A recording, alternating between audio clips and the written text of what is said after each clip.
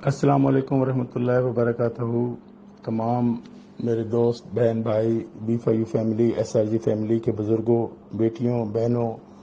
Especially disable لوگ، معذور لوگ اور وہ بیوائیں جن کا B5U کے اوپر، SRG کے اوپر ٹرسٹ تھا، سیف فرمان کے اوپر ٹرسٹ تھا، اور یہ ٹرسٹ ایک دن کا نہیں تھا، گزشتہ 6 سالوں کا تھا۔ اور اللہ کے کرم سے، اللہ کے فضل سے میرے اندر تو اتنی کوئی ایبیلٹی نہیں تھی،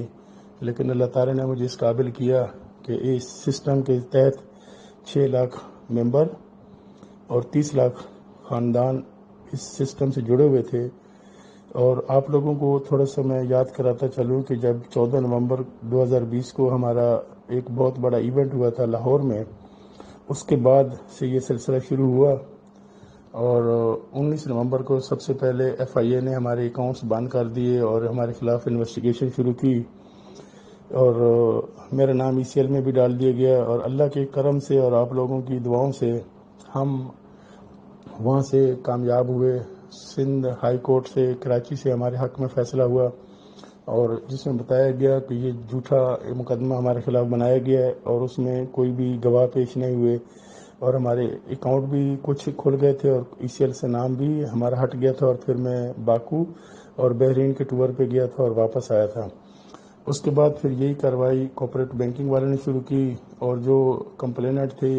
میری ایکس تھی، اس نے وہاں پہ جا کر SCCP میں کمپلین کی، اور SCCP کی کمپلین کے بعد SCCP نے نوٹس لیا۔ SCCP نے پیمرا کو لکھا، جس کی وجہ سے میرے پرانے فون بھی نمبر سم بلاکس ہو گئیں جو میرے نام پہ تھیں، اور جتنے ہمارے اکاؤنٹس تھے دوبارہ فریز کر دیے گئے، اور یہی کارروائی نیب نے کی۔ نیب کی کارروائی کے بعد پھر ہمارا کیس ہائی کورٹ میں چلتا رہا، پھر سپریم کورٹ میں چلتا رہا۔ سپریم کورٹ کے بعد جب بیل کینسل ہوئی، ہر جگہ پہ ہم پیش ہوئے۔ سپریم کورٹ کے بعد پھر جب نیب نے ہمیں اریسٹ کیا تو 1 مہینہ ہمارا ریمانڈ تھا، اور ریمانڈ کے بعد تقریباً 201 دن جو ہے نا مجھے یہاں پہ اڈیالہ جیل میں ہو گئے۔ یہاں آنے تک سب سے پہلے تو میں ان دوستوں کا شکر گزار ہوں جنہوں نے دن رات، صبح دوپہر شام، ہر وقت ہر حال میں ہمارے لیے دعائیں کی۔ یہ وہ لوگ تھے جو بے لوث صرف اور صرف اس چیز کے لیے دعا گو تھے کہ کچھ بھی ہو جائے، جیسے بھی ہو، سیف فرمان باہر آ جائے،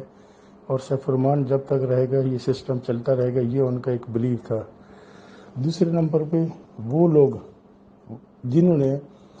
میں جب اریسٹ ہو گیا اس کے بعد لیڈروں کی کال پہ، راتوں رات کال کے اوپر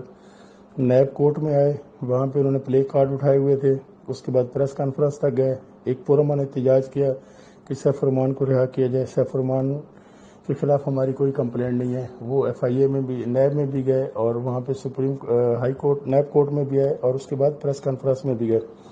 اس کے بعد تیسرے نمبر پہ میں ان لوگوں کا بھی شکر گزار ہوں جو ہر تاریخ پہ پاکستان کے مختلف علاقوں سے، مختلف شہروں سے لیڈرز، پورے پاکستان سے لوگ آتے تھے، اور جب تک میں نیب کورٹ میں موجود رہتا تھا، جب تک میری گاڑی مجھے لے کر نہیں جاتی تھی، وہ بندے 20، 25، 30، 50، 100 تک بھی ہوتے تھے جو مجھے کورٹ کے اندر بھی ملتے تھے، بخشی خانہ میں بھی ملنے کی کوشش کرتے تھے، اور پھر جب تک گاڑی جاتی نہیں تھی وہ وہاں پہ رہتے تھے، اور لمحہ بلمحہ جو بھی خبر ہوتی تھی، جو بھی ان کو انفارمیشن ملتی تھی، وہ اس کو فیس بک پہ، یوٹیوب کے اوپر بتاتے تھے اور لوگوں کو گائیڈ کرتے تھے۔ اس کے بعد وہ ٹاپ لیڈر سے مراد کسی اسپیسیفک ایک بندے کا نام نہیں ہے۔ ٹاپ لیڈر وہ بھی ہے جس کی ٹیم میں 10 بندے ہیں، 50 بندے ہیں، 100 بندے ہیں یا 20 بندے ہیں۔